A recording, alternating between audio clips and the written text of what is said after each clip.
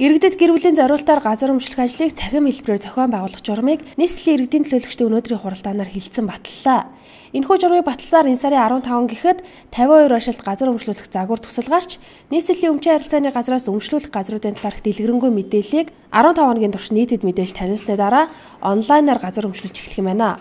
Харин өнөөдрийн хуралдаанаар газрыг цахим хэлбэрээр олгож эхлэх өдрийг наривчлан тогтоосонгүй. Газар өмчлөлийн цахим систем нь онлайн орчинд явагдах бөгөөд иргэдийн газар өмчлөх хүсэлт хүлээн авах хүсэлтийг хүргэх, хүсэлт гаргасан иргэдийг урд өмнө гэр бүлийн хэрэгцээний зорилтоор үнэхээр газар өмчлсөн эсхийг хянан шалгах, хүсэлтийг хурдгаажуулах, хэсэгчлэн ерөнхий төлөвлөгөөний дагуу өмчлөгдсөн газрын нэг талбар буюу өмчлөх иргэний ахмад үйлдэл сонгох гэсэн үндсэн үйл ажиллагаанаас бүрдэж байна.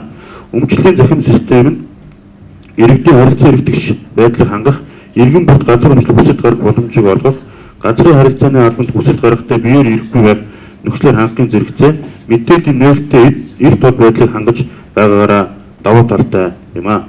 Газар өмчлөх хүсэлтэй боловч интернет орчинд ажиллаж чадахгүй иргэн болон хөгжлийн бэрхшээлтэй өндөр настай иргэд насан туршийн хүүхдүүд зэрэг цахимаар газар өмчлөх хүсэл илгээхдээ итгэмжлэгдсэн төлөөлөгчөөр явуулах боломжтой байна. Газар өмчлөх өргөдлөө гаргах хүсэлтэй боловч иргэний эрх үүргээ бичлэн хэрэгжүүлэх боломжгүй буюу хөгжлийн бэрхшээлтэй өндөр насан туршийн хүүхдүүд интернет сүлжээнд холбогдоогүй газрууд зэрэг олон тооны иргэдийг хүсэлт гаргах боломжоор хангах зорилгоор итгэмжлэгдсэн төлөөлөгчөөр дамжуулан хүсэлт гаргах боломжтойгоо боловсруулсан бөгөөд байрш тус бүрийн хүсэлт гаргах хугацааг хуанлын 15 хоног буюу харьцангуй урт байхаар журмын төсөлдөл тусгасан.